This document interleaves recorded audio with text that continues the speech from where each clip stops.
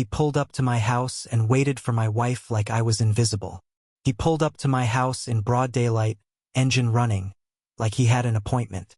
I walked out and told him to get lost. She grabbed his arm and told me to stay inside. That's when everything changed. My name is Grant Holloway.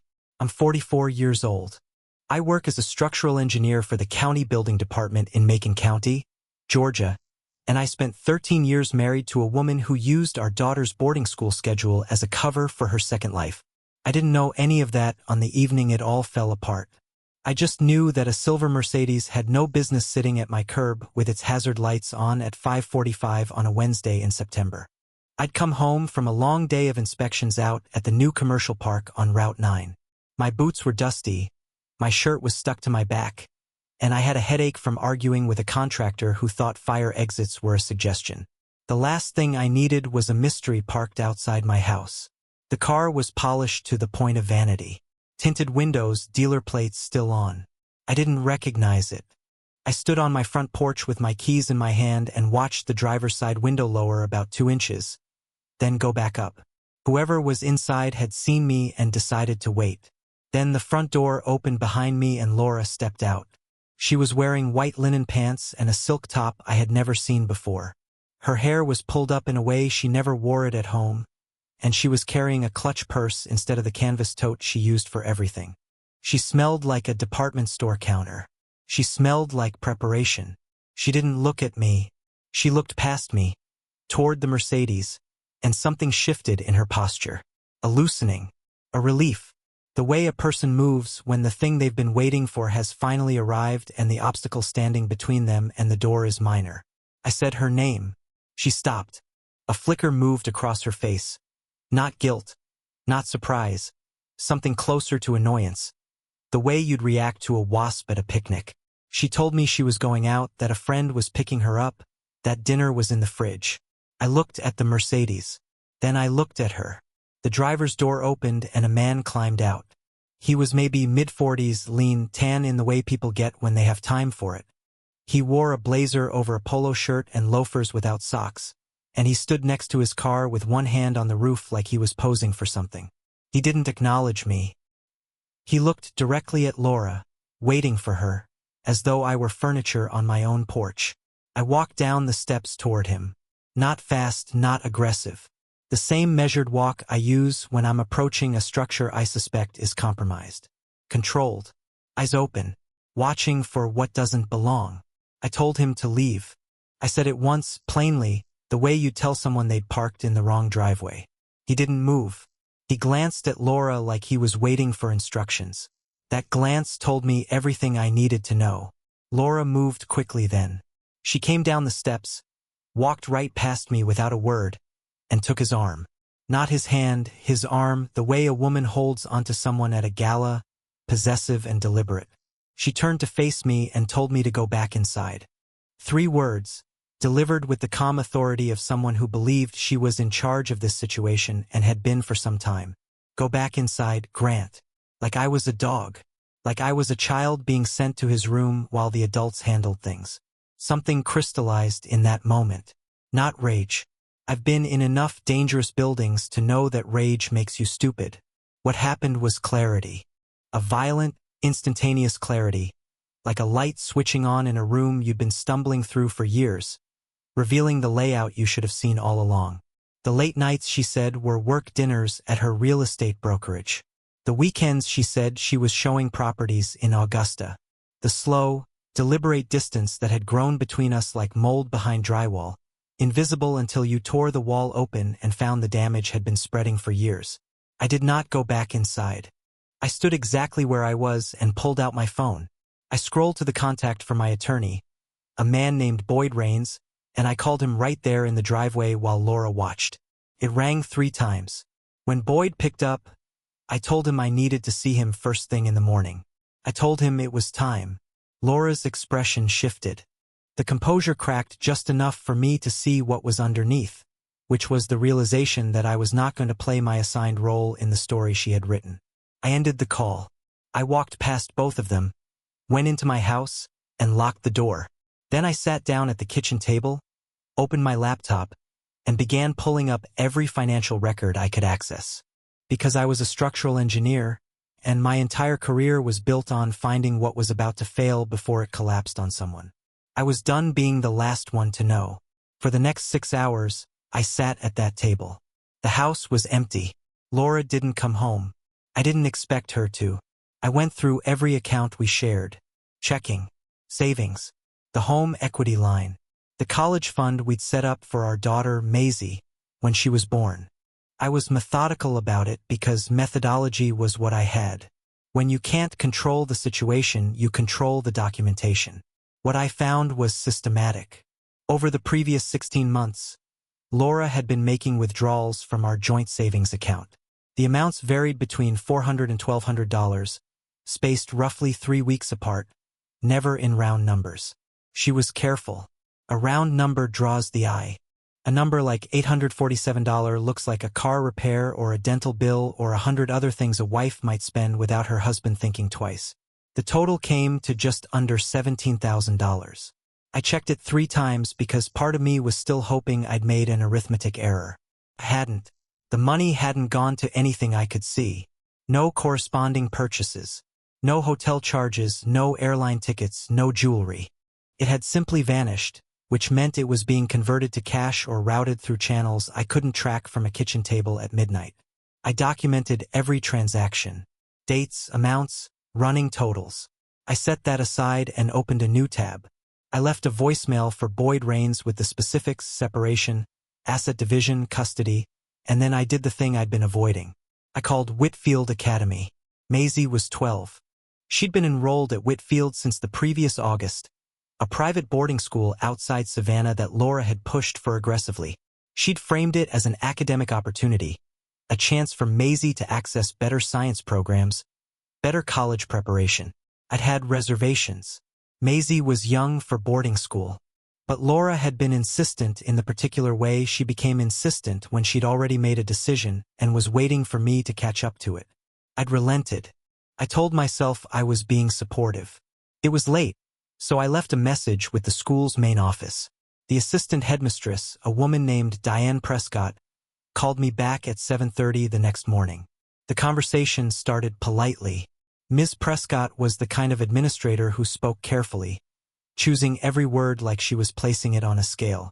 But when I asked her directly how many weekends Maisie had been picked up since the school year began, she paused.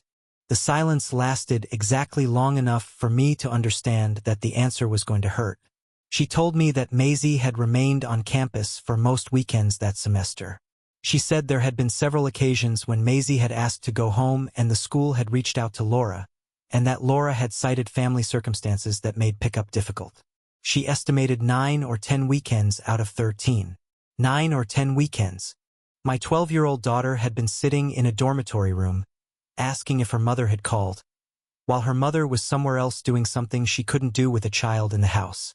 And I hadn't known because I trusted Laura to handle it. Because I assumed that being her mother meant she would show up. I thanked Diane Prescott, hung up, and sat in my truck in the driveway for a long time. Then I drove to Whitfield. Not to pull Maisie out, not yet, not without a plan, but because I needed to see my daughter. They brought her to a small visitor's room with a couch and 2 chairs and a window overlooking the athletic fields. She walked in and stopped when she saw me. She was taller than the last time I'd visited, which had been too long ago. Her hair was different. She was wearing a sweatshirt that was 2 sizes too big, and she had the guarded, slightly startled expression of a child who wants to be happy about something but has learned not to trust the feeling. I didn't lead with anything heavy. She was a kid. Whatever was happening between Laura and me was mine to carry, not hers. We talked about school, about her roommate, about a science competition she was preparing for. She told me about a book she was reading and a teacher she liked and a cafeteria meal she particularly hated. Normal things. The things a father should hear regularly and I'd been hearing through a filter of distance and assumption. Then near the end, she went quiet. She was looking at her hands in her lap. And then she said, without looking up, that her mom hadn't come to visit in a long time. She said she'd stopped asking because she didn't want to make it into a big deal. She shrugged the way children do when they're performing indifference about something that has been sitting on their chest for months. I reached across and put my hand on hers. I told her that none of it was on her. None of it. She nodded. She didn't say anything else about it. After I left, I sat in the school parking lot and opened Laura's tablet. We'd linked our devices years ago through a shared family account, back when sharing felt natural, back when I had no reason to look. I had reason now. Took me less than 5 minutes to find the thread. A conversation with a contact saved under the initials D.N., which I would later learn stood for Derek Nolan, the man with the silver Mercedes. The messages went back almost 2 years. I scrolled through them quickly, not reading the details because the details weren't what mattered right then. What mattered was one exchange near the beginning of the thread, dated the same week Laura had first raised the idea of Whitfield Academy. She had written that once Maisie was settled, they would finally have real time together. Not stolen hours. Real time. His response was a single line about how he couldn't wait. She hadn't enrolled our daughter in that school for Maisie's future. She had enrolled her to clear the schedule. I photographed every page of that conversation. Then I closed the app, set the tablet face down on the passenger seat, and drove home slowly. Not because I was unsure of what to do next, because I was organizing, reading the structure of the situation the way I'd read the structure of a building, finding the load-bearing walls, identifying what would hold and what was already failing. Monday morning, I was sitting in Boyd Raines's office when the door unlocked at 8. Boyd had practiced family law in Macon County for 27 years. He was not a comforting man. He was an effective one. He listened without interrupting, he took notes in a small leather-bound notebook, and when you finished talking, he told you exactly where you stood without padding it. I laid everything out in sequence. The driveway, the financial records, the school administrator's account of the missed weekends, the messages I'd photographed on Laura's tablet. Boyd wrote it all down, set his pen on the desk, and folded his hands. He told me the financial transfers were significant. 16 months, a consistent pattern, no corresponding expenses. That would be relevant in asset division. The school records, he said, were potentially more valuable for custody. I told him custody was my priority. Maisie stays with me. Boyd nodded. He told me not to move out of the house, not to make large financial moves, and not to let Laura know I had the tablet messages. Let her believe I was operating on less than I had. I understood. It was the same principle I applied on inspections. You don't tell the building owner what you've found until you've documented everything and secured the site. Then I drove straight to Whitfield Academy and pulled my daughter out of class. Diane Prescott met me in the front office. She was not surprised to see me. I told her I wanted to bring Maisie home for a few days. She said, of course, that Maisie's teachers would email her assignments. They brought Maisie down 10 minutes later. She had her backpack half-zipped and an expression that was equal parts confused and hopeful. The expression of a child who has learned to manage her expectations. She asked if I was taking her home. I said yes. We walked to the truck together and she climbed into the passenger seat and buckled up without a word. On the drive home, the radio was on low. Some country station playing through static. About 30 minutes in, Maisie said something without turning from the window. She said that last spring, when I'd been away for 2 weeks doing post-storm assessments in Albany, her mom had someone at the house a few times. She said she saw his car parked in the garage. She said Laura told her he was a financial advisor helping with tax documents. I asked her if she believed that. She was quiet for a moment. Then she said no. She said she didn't say anything because she was afraid that if she told me, I would fight with her mom, and one of them would leave and she would be the reason. I pulled the truck onto the shoulder. Engine running. Pine trees on both sides of a 2-lane road in the middle of Taylor County. I turned and looked at my daughter. I told her that none of this was her fault. Not one piece of it. I told her that she was never, not ever, the reason adults make the choices they make. That's not how it works. She nodded. Her eyes were wet, but she wasn't crying. She had her jaw set the way kids do when they're holding themselves together with everything they have. Then she asked me something that sat in the cab of that truck like a stone dropped into still water. She asked if her mom had ever really loved us, or if she'd just been waiting for something better to come along. I didn't have a clean answer. I wasn't going to insult her with a simple one. I told her that I thought her mom loved us in the beginning, and then she got lost somewhere along the way, and that was on Laura, not on Maisie. She didn't say anything after that, but she reached over and turned the radio up slightly. That was enough. Back at the house, Laura was gone. Her car wasn't in the driveway. I got Maisie settled in her room, ordered Chinese food, and we spent the evening watching nature documentaries on the couch. Simple things. Things I should have had more of and didn't because I'd outsourced my daughter's daily life to a woman who'd traded it away for cleared evenings. After Maisie went to sleep, I called my oldest friend, a man named Ray Purcell. Ray and I had gone through Georgia Tech together, roomed together for 2 years, and stayed close even after our careers went in different directions. He'd moved up to a lake house outside Hartwell after his second marriage and spent most of his time fishing and giving unsolicited advice. He answered on the second ring. I gave him the short version. He listened, which was unusual for Ray. He was a talker by nature. When I finished, he told me he had something to say and he needed me to hear it clean. He said he'd seen Derek Nolan at a neighborhood cookout at the Petersons' place the previous summer. He said Nolan and Laura had been talking for long enough that he'd noticed, and he'd noticed the way she leaned into the conversation, the way her hand rested on the man's forearm. He said he hadn't mentioned it because he figured I was happy, that things were solid, and he didn't want to be the one to detonate the foundation on a hunch. He said that was selfish. He said it was easier for him to stay quiet. I sat with that for a moment. I told him I wasn't going to pretend I wasn't angry about it, but that he was here now and that counted. He asked what I needed. I told him I might need a character witness down the road. He said done without hesitation. Whatever I needed. I hung up, checked on Maisie one more time. She was asleep with one arm off the bed, the way she'd slept since she was small.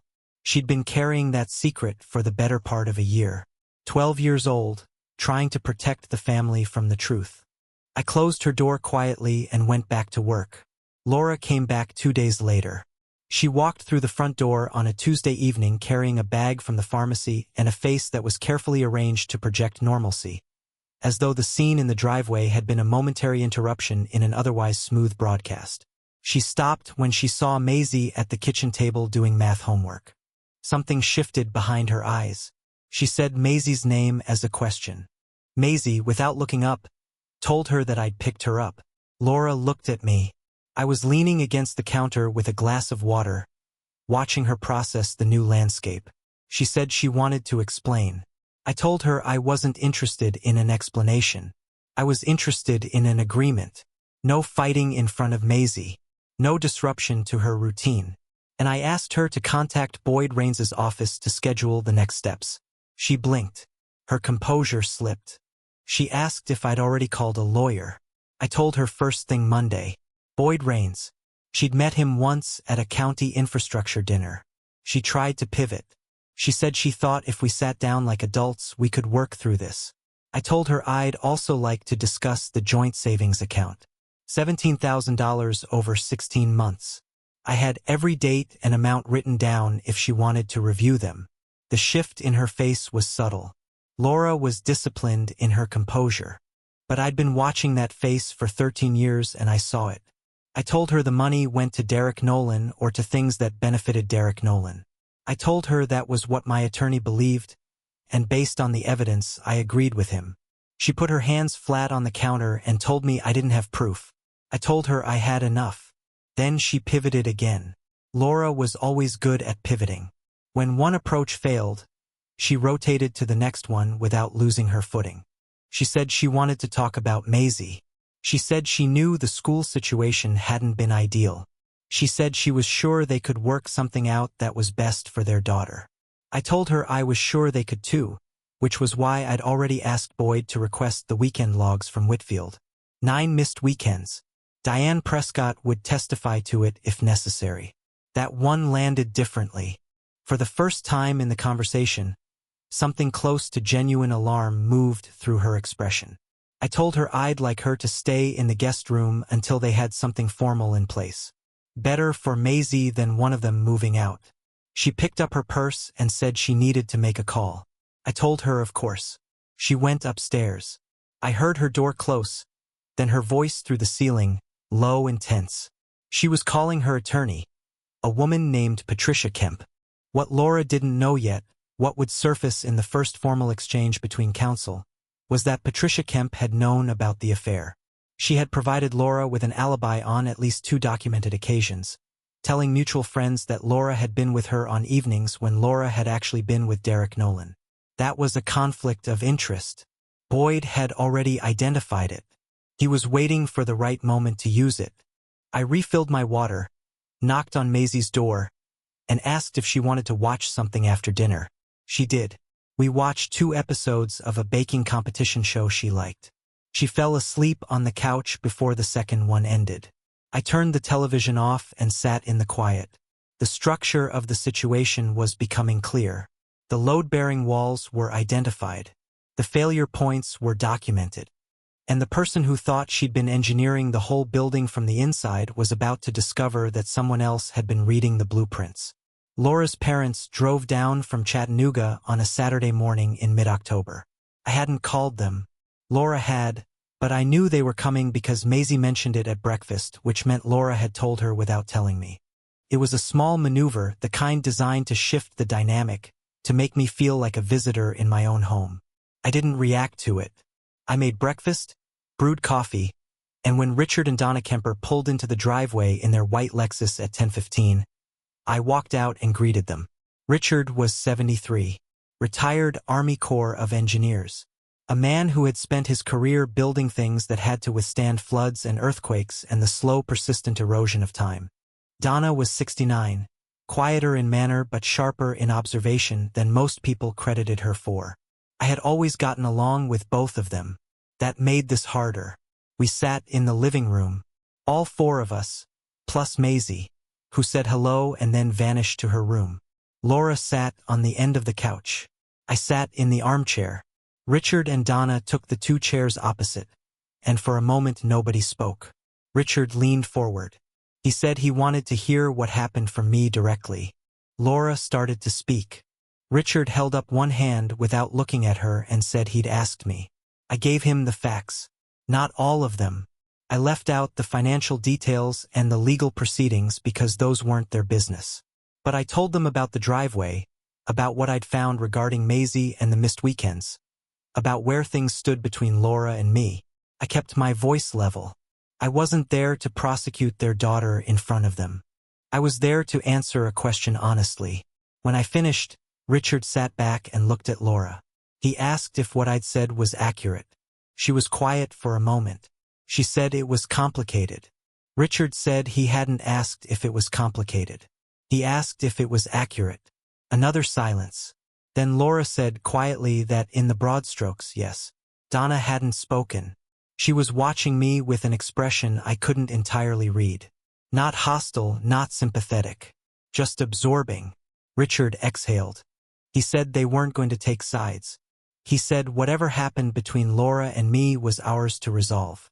Then he paused and said he wanted to say something in front of both of them so there was no confusion later.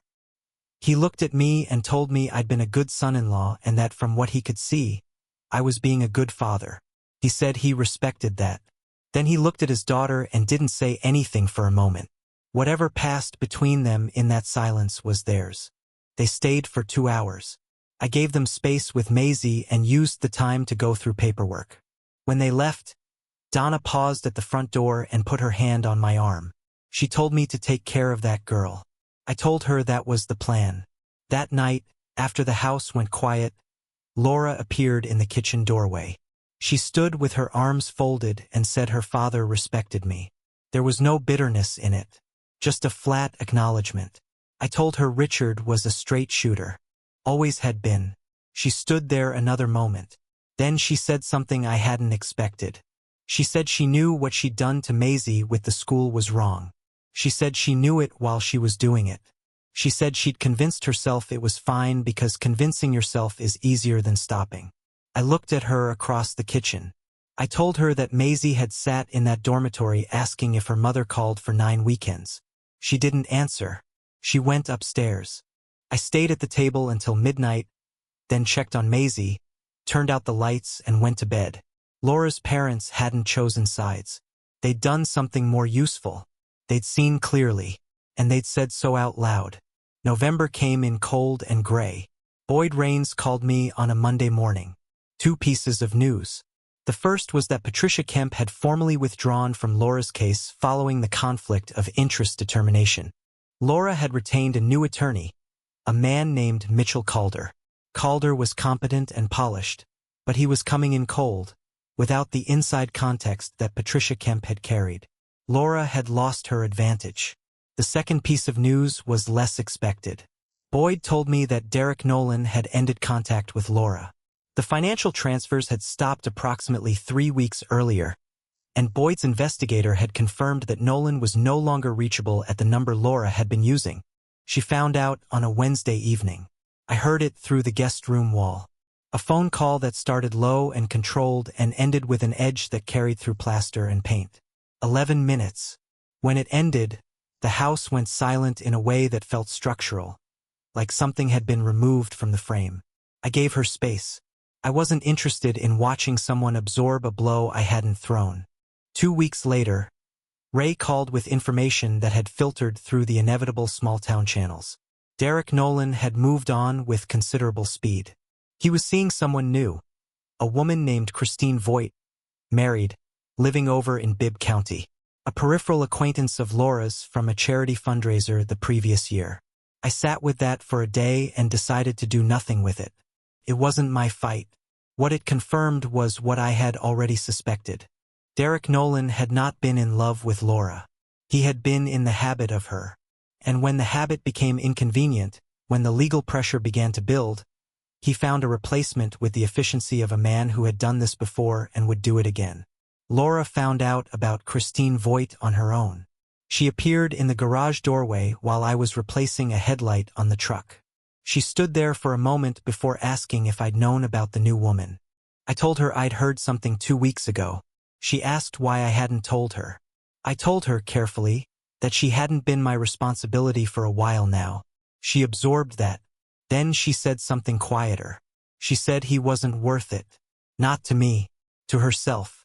The specific sound of a person realizing they'd dismantled something real for something that was never going to hold. I didn't respond. I went back to the headlight. She left. The first custody hearing was scheduled for a Tuesday in November. The courtroom was small and functional, designed to process the mechanics of disassembled families without decoration. Judge Harold Edmonds presided, and from the moment he walked in, it was clear he had no tolerance for theater. Laura arrived with Mitchell Calder, who was younger than Boyd and carried himself with the slightly aggressive energy of someone who believed he could win on presentation alone. He opened by establishing Laura as the primary caregiver during Maisie's early years, which was accurate as far as it went. She had been present and engaged during those years. Boyd let him finish. Then Boyd called Diane Prescott. The Whitfield Academy administrator was calm, precise, and thoroughly prepared. She brought printed records, the school's official weekend log, time-stamped entries for every request and cancellation going back to the beginning of the school year. She confirmed that Maisie had remained on campus for 9 of 13 available weekends since August. She confirmed that on multiple occasions, Maisie had asked whether her mother had called. She confirmed that Laura's responses to the school's outreach had cited unspecified family circumstances. Calder cross-examined efficiently, attempting to frame the missed weekends as isolated rather than patterned. Diane Prescott answered each question the same way, by pointing to the printed record. Numbers don't editorialize. Then Boyd called me. I'd been through enough official proceedings in my career, code hearings, liability reviews, structural failure investigations, to know how to handle a witness chair. You answer what's asked. You don't volunteer. You stay level. Boyd walked me through the sequence of events. The driveway, the phone call to Boyd, the financial discovery, the school records, the conversation with my daughter in the truck. I answered in plain language the way I'd write a structural assessment. Clear, factual, reference to documentation. Calder tried a different approach. He suggested my work schedule as a county engineer frequently took me away from home for extended periods.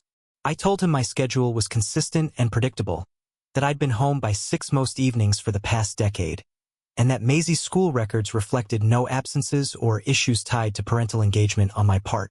He noted that I had agreed to enroll Maisie in boarding school. I corrected him. I said my wife had chosen to enroll her in boarding school.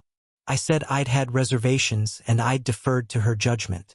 I said I would not make that mistake again. Calder paused.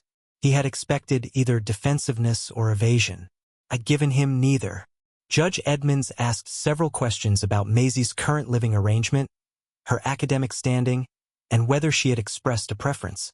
Boyd had already submitted a statement from a family counselor who'd met with Maisie twice. The statement noted that Maisie had expressed a clear and consistent preference to remain with her father and a desire to attend the local middle school. The judge didn't rule that day, but he ordered a formal guardian ad litem review and requested additional documentation. In the hallway, Boyd was measured. He said the hearing had gone well. Prescott was solid. My testimony was clean. Calder hadn't landed anything. Then Boyd told me something else. The financial filing, the asset dissipation claim, had been flagged by Laura's brokerage. Her employer's compliance department was conducting an internal review. The combination of the custody situation and a financial misconduct inquiry at her workplace was going to put considerable pressure on Laura to settle rather than continue litigating. I stood on the courthouse steps in the cold air and watched Laura get into a car with Calder across the parking lot. She'd had 2 years of planning. She'd arranged the school, managed the money, maintained her parallel life with precision. She was intelligent and careful, and she had genuinely believed she was ahead of it. What she hadn't accounted for was that the man she'd been managing was someone who read structures for a living. Someone trained to find what was failing before it collapsed. I drove home to my daughter. The settlement came together in the first week of January. Boyd had predicted Laura would move quickly once the workplace review expanded, and he was right. The inquiry at her brokerage hadn't cost her the job. Not yet, but it had cost her leverage, credibility, and any remaining appetite for a prolonged court fight. She got the car, her retirement account, and a portion of the joint savings. I got the house, primary custody of Maisie, and the return of $12,000 from the disputed transfers. The remainder was deemed too difficult to trace without a forensic audit that would have cost more than it was worth. Boyd called it a solid outcome. I called it the starting line. Laura moved out on a Saturday. She had help, a sister I hadn't seen in 3 years, and a rented U-Haul. I took Maisie to the bookstore that morning, then to lunch, then to a hardware store where we picked out paint for her room because she'd been saying for months she wanted the walls a different color. We came home in the early afternoon to a house that felt different. Lighter, like a pressure system had finally passed through. Maisie stood in the front hallway and looked around. She didn't say anything for a moment. Then she asked if it was going to be just the two of them from now on. I told her for a while, yes. She thought about it. Then she said she thought that was okay. We spent the rest of the afternoon painting her room a shade of blue she'd picked out herself. We got paint on the floor and on our clothes and on the dog, a mutt named Hank who had wandered through the open door and stood in the wrong place at the wrong time. Maisie laughed for the first time in months. The actual kind, not the polite version she'd been performing. She chose to enroll at Barton Middle School. Her first day was a Monday in mid-February. I drove her myself. She was nervous but wouldn't say so. I pulled up to the front entrance and she grabbed her backpack. I told her she was going to be fine. She gave me the half nod that meant she believed me but wasn't ready to admit it yet, and she climbed out and walked through the front doors without looking back. That was a good sign. It meant she was moving forward. Ray came by that evening with takeout and we sat on the back porch even though it was cold enough to see our breath. He asked how it felt having the house to ourselves. I told him quieter, but the right kind of quiet. He nodded and opened his container. He told me I'd done right by that kid. I told him I was just doing my job. That was true. And for the first time in a long time, the job felt manageable. 6 months after Laura moved out, I got a call from a number I didn't recognize. A woman named Carolyn Moss, a structural safety consultant with a state infrastructure board. She'd found my name through a professional referral and wanted to discuss a consulting arrangement reviewing county bridge assessments for a quarterly rate that was significantly better than my county salary. I told her I'd think about it. I thought about it for 2 days and said yes. It wasn't a dramatic change, but it was mine. Something I'd built on the strength of my own reputation without anyone else's input or interference. Maisie was thriving at Barton by spring. She joined the robotics club. She made 3 friends I'd actually met. She started talking about engineering programs with a specificity that told me she was thinking seriously about her future. Her grades were up. She slept in her own room in her own house every night and came downstairs in the morning and made herself cereal like a person who belonged exactly where she was. Laura's workplace review concluded in March. She wasn't terminated, but she was formally reprimanded and moved to a support role. I heard this through Ray, who heard it through the inevitable network. I didn't ask for details. Whatever consequences she carried were between her and the choices she'd made. Derek Nolan was still seeing Christine Voigt from what little filtered back. Whether that would hold was not my concern. I had enough to manage without tracking the movements of a man who had never been worth my attention. Laura and I interacted only when Maisie was involved. School events. The occasional handoff. It was civil, sometimes almost comfortable, the way things become when the fighting is over and the landscape has been accepted by both sides. One evening in late September, I was sitting on the back porch after dinner, listening to the neighborhood settle into its nighttime quiet, when Maisie came out and sat in the other chair. She had her phone in her hand but wasn't looking at it, just sitting. After a while, she said she'd been thinking about what I told her in the truck that day I picked her up from Whitfield. I asked which part. She said the part about none of it being her fault. She paused. Then she said she thought she actually believed it now. I looked at her. She was nearly 13, and she looked like herself. Not the guarded, careful version who had come home from Whitfield with her expectations managed down to nothing, but the real version, the one who had been waiting underneath all of it. I told her good. That's where it belongs. We sat there until the light was gone. I thought about the evening in September when I'd come home to a silver Mercedes idling at my curb and a wife who had told me to go back inside. I thought about the choice I'd made in that moment. Not to rage, not to collapse, but to step back, take inventory, and do the job that needed doing. I had spent 20 years reading structures, reading what didn't belong, finding what was about to fail, getting there before the damage was done. I'd been late to this one, but I'd gotten there. And sitting on that porch with my daughter beside me, watching the last light drain from the sky above the pine trees, I knew with certainty that what I'd saved from the wreckage was the only thing that had ever really mattered.